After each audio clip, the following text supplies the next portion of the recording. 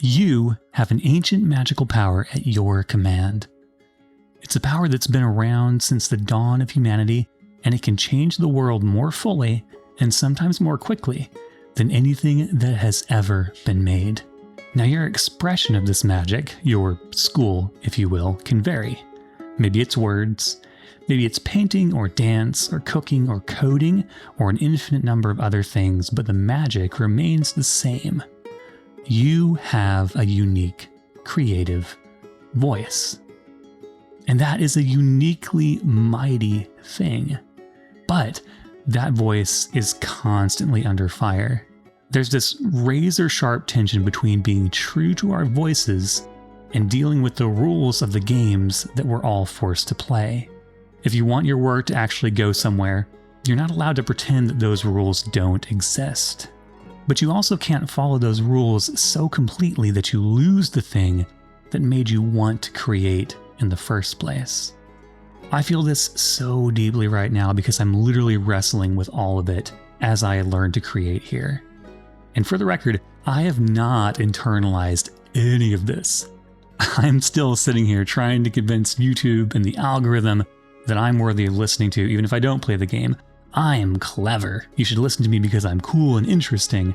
So I'm not trying to tell you any of this as somebody who's figured it out. I am figuring it out myself.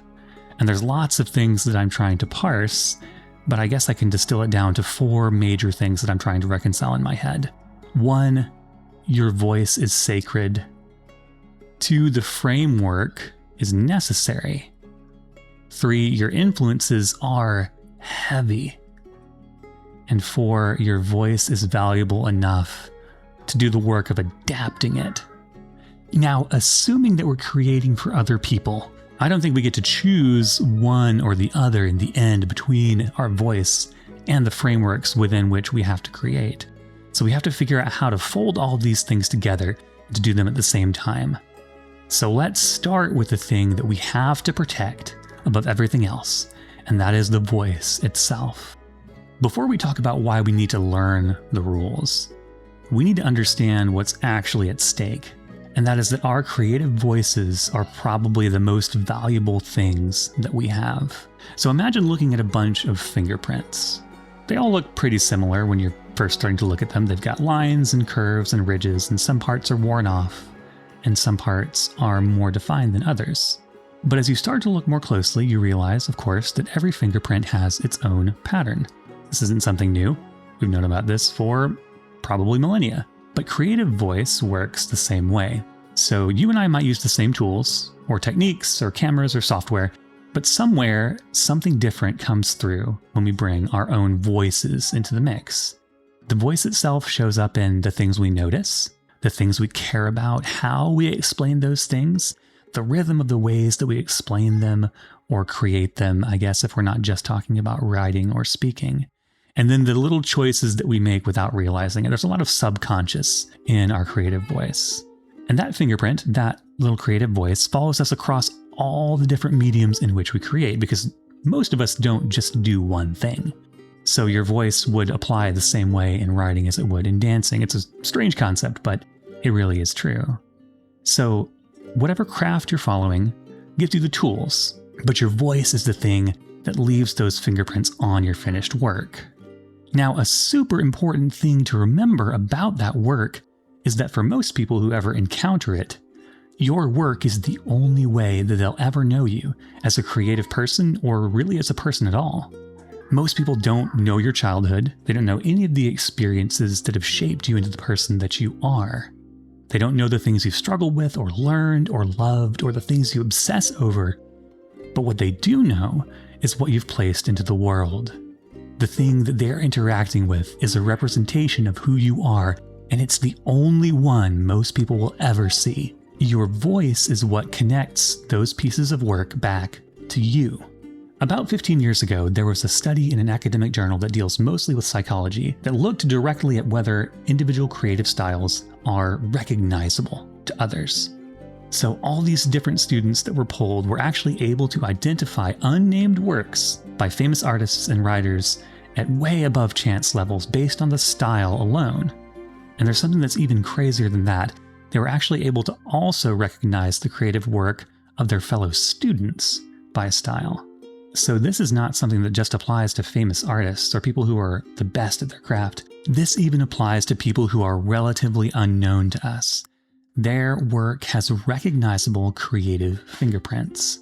That is such an incredibly tangible idea because everyone is creative and each person's voice is so unique. Your voice is shaped by all the things you've experienced and the things that have influenced you, some of which may be common experiences and common influences, but no one else has the exact same combination of those things.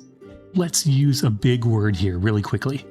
Your creative voice is inimitable, and so is everyone else's. You can't learn a new creative voice and you can't copy someone else's creative voice. You can learn to use the tools, you can study techniques and even imitate other people's work, but you can't practice your way into becoming someone that you're not. Your voice is what makes your work yours. It's what's recognizable in the finished product, and it's what most people will know you by. So we've established that our creative voices are worth protecting at almost any cost. The key being almost. Because here's the problem. What happens when we decide we want to share our creations on a platform that requires us to share them in a certain way? The moment you decide that you want your art to succeed by some sort of external measure, you have agreed, in essence, to play a game. And every game, unfortunately, has rules. Your creative work is valuable on its own. It has its own energy. But if you're creating for other people, you need something that pulls that work towards them. I've used the word framework, and I'll use it again. But to take a different angle on it, a framework can be a meta or an algorithm, a way of writing a novel, steps to a dance, recipes in a cookbook, anything like that, where you have to present information in a certain way so that a prospective audience will want to listen. It's the gravity that keeps our art from floating away into nothingness. Now, if you can create purely for yourself, that is incredible. That is probably the single greatest gift that any creative person can have, and you are a better person than me. If that's the case, you get to make whatever you want, however you want, and if it brings you joy and satisfaction, hold on to that. Never let it go. That is an incredible gift. But if, like me, you want your work to succeed by an external measure, and again, that's viewers or readers, sales, whatever it might be, you're creating for someone other than yourself at that point, so their expectations matter. You have to learn to think about an audience at that point, not just yourself. And that does feel like selling out. I wrestle with this all the time, but I'm trying to understand it more as learning about the people that I'm trying to reach, the individual humans I'm trying to reach. So these frameworks, whether they are on YouTube or in a novel or some other format, they're there to help our creations reach the people that we made them for. If we've chosen to play the game, we have to learn the rules. It feels like betrayal, admittedly. But we have to ignore that feeling and push past it and realize that we are learning a craft in addition to preserving our voice. So now we realize that our voices are incredibly important and worth preserving.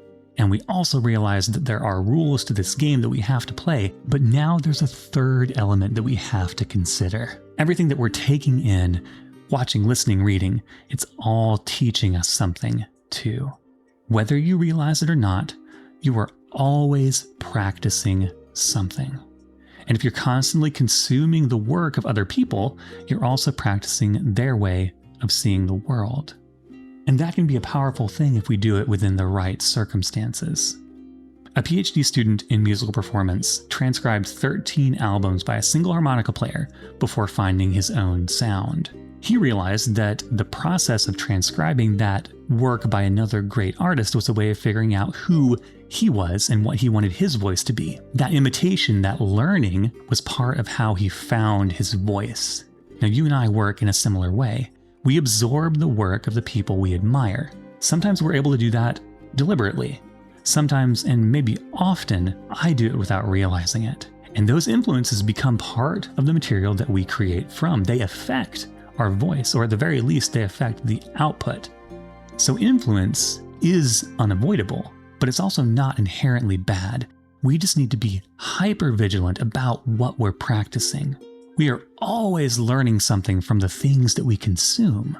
You don't find your voice by eliminating the outside influences. We don't live in a vacuum.